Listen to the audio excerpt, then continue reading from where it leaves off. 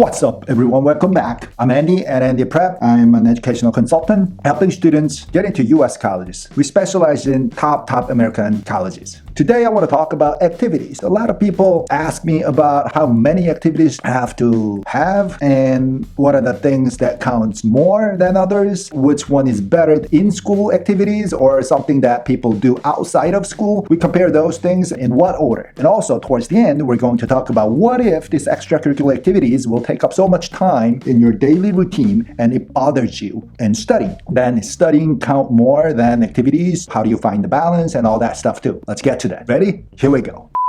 All right, there are a lot of things that goes into college admissions, right? Why is this camera not straight? All right, here we go. What's that? Okay, so things like academic credentials, like standardized test scores, your school GPA, TOEFL score, SAT subject test scores, APs, and all that stuff. The academics count the most. I mean, that makes sense, right? Because the colleges need to know whether or not you can understand freshman class professor's lecture if you come when you go there, right? So the academics come first. Besides the academics, how the heck do they know whether or not you're going to be a good person? How the heck do they know as a human being you're the type of a student that will fit best for that particular college? That's when the extracurriculars and recommendations letters and all that stuff comes in. Now you have to write the college essays and why you want to go to that college, what is the thing that interests you most, and all that stuff on the essay too. And then there's awards. You know what I'm talking about. There are a lot of things that needs to be considered. But today we're going to only talk about the activities because activities will definitely show what kind of person you are, right? Let's do this.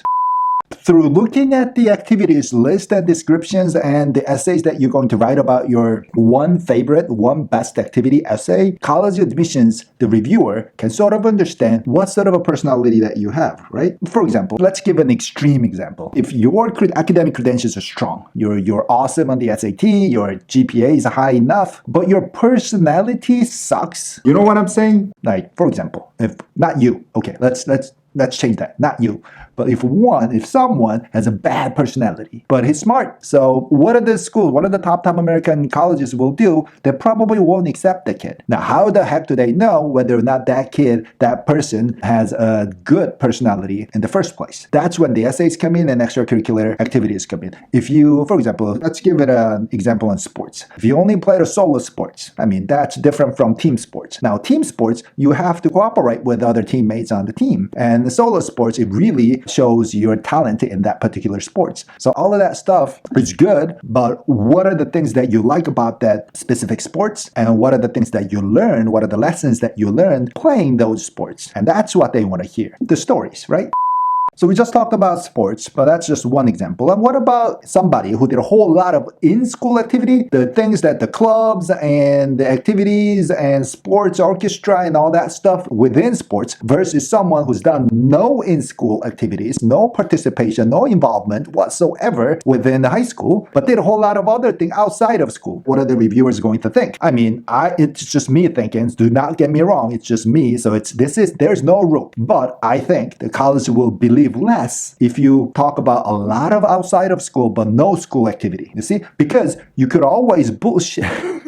You could always lie about what you did outside of school. I mean, anybody can be somebody if you just lie and create stuff, right? So, but college is not going to go through all the items on the activity list to verify whether or not they're true or not. I mean, they just don't got the time. So they will believe whatever you input on the application, but college guidance teacher at school will review the stuff, and then if there's a lie, I mean, you lose credibility there. So be careful. You don't lie, right? So on the activity, a lot of in-school stuff, in-school activities, I mean, how much can you lie about them? I mean, in-school activity, it's on the school profile, it's whatever that season, throughout the season, I mean, all these students participate in that particular activity, whatever that is, music, sports, MUN, debate club, whatever you name them, that's going on throughout the season. And it's really hard to lie. It is what it is. So it's more believable in that sense. Now, don't get me wrong. Is the outside of school activity all shit? No. I mean, they count. If you have some decent amount of in-school involvement, and then in continuation of that interest, let's say science, pick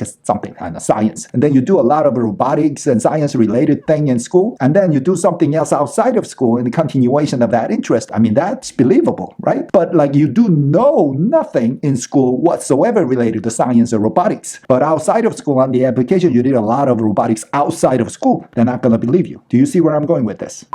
So how much does this extracurricular activities count the whole application admission process, right? That's what you probably could ask. I would say about 15 to 20%, right? Because there are other things, academics and recommendations letters and essays and all those. Besides, like if you subtract all those, about 15 to 20% extracurricular activity. So it is important. In other words, if you're perfect everywhere else, you're the best student, you got the strongest recommendation letters from your school teachers, and your SAT is perfect, GPA is perfect, all that stuff, you're perfect everywhere else, but you got zero activity involvement at school, then the best score you could get out of 100 is 80, I just said 20%, right? So 100% perfect minus 0 on the 20% part, so that's 80%. 80%, you're not going to get into top American schools. That's why you have to have some involvement and show what you like and what you're interested in through participating in school activities and other outside of school activities.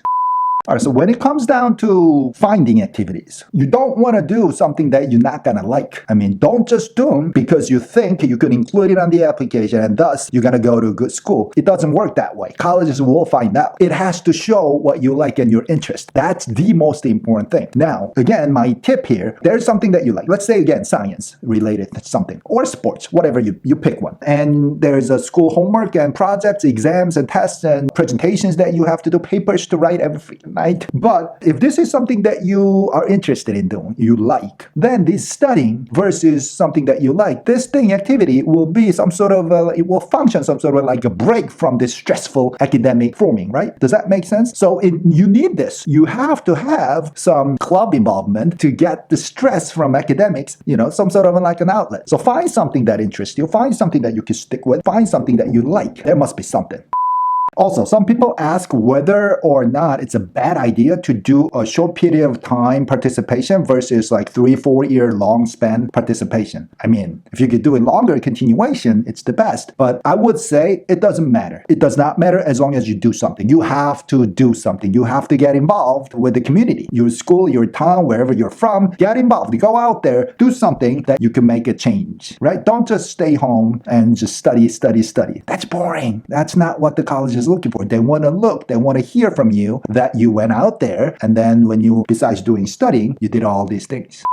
What about making a club? Like you become the founder of the club and then you establish something. I mean, that's what the textbook would say. I mean, it's always find something that don't exist and then you start the thing at school. But in that sense, yes, it's a great thing because to make a club, it takes a lot of effort and time to get to that step. It's not, you don't just go out there and ask your teacher, okay, I want to do Taekwondo club and then let's make a Taekwondo club. It doesn't happen like that. You have to have a supervisor teacher, you need to have members, and then you become the founder leader of the club. And then, it's just, it's a whole lot of pain in the ass, sort of. But like if you're interested in that, you want to do that because you want to bring in other people and then help them learn the things that you like, right? So that's what making a club is. It's not that easy. And second, colleges will look into it and then see, okay, how much effort did this student, how much of a trouble did this student have to go through to make this new club? That's what's gonna be a plus, not just making the club itself, That being said, college admissions people will also look at the scale of the club. Again, let's go back to that Taekwondo club. Taekwondo club, you made it, and then there are only one member on the team, and then you're graduating this year. Who the heck knows? That club may disappear next year or something. Now, that don't count. Colleges are not stupid. They will look into it, and then how many members, how big of a club it is, how long has it been, how much of an activity does that club involve, how many times a week do they meet, how many weeks per year, and all that stuff too. So, you just make a club and then do nothing. Let's say you only meet with the members 1 hour per month. Anyone can do it. That don't count. You see where I'm going with this? Do you understand? So the scale of a club, how much time does it consume besides your academic preparation and studying? That's all that matters. So colleges will want to look into that too. So just something to think about. All right, lastly, I want to talk about whether or not you have to continue on doing a lot of extracurricular activities when all this club activity involvement is bothering your academic study. I would say if it gets to the point that it bothers your homework and studying time, you got to quit some of those because academics come first these days. Your school GPA, your SAT, test preparation, whatever, those come first. Now, activities, cut loose some of the minor things, some of the things that you got involved, but you're not really good at it, you're not all that interested in it. Just don't, discontinue. you. You know what I'm saying? But there is a lot of scientific proof that all these extracurricular activity involvements has nothing to do with the studying. Now, studying, I sort of believe that there are a set number of hours that one person can study each night. It's different from people to people. Some people can only sit on a chair and study for a couple hours a day. Some people go 5 to 6 hours. Some crazy people do 7 to 8 hours straight. And it's just the capacity of studying. It's that don't happen in one day. It's just something that you build up from whenever schooling started in grade 1. You're sophomore, junior, whatever you are, that you have a set number of hours that you can manage and study. It's entirely different from all these sort of kind of extracurricular activity hours. You play soccer. Now, if you quit playing soccer, some people may say, I'm going to study more during those times that I participated in soccer practice and soccer games. In reality, that never happens. So think one more time if you want to quit your school activities. Okay guys, I hope this video also makes sense. This video was also helpful. You can share this video with your parents, friends, brothers or sisters, somebody that you don't know even. Just share, please. If you have some questions about extracurricular activities and school clubs, please leave your question in the comment section. I will try to answer them as soon as I can. Thanks for watching this video until the end. I wish you have a great day, great week, great month, and I will see you in the next video.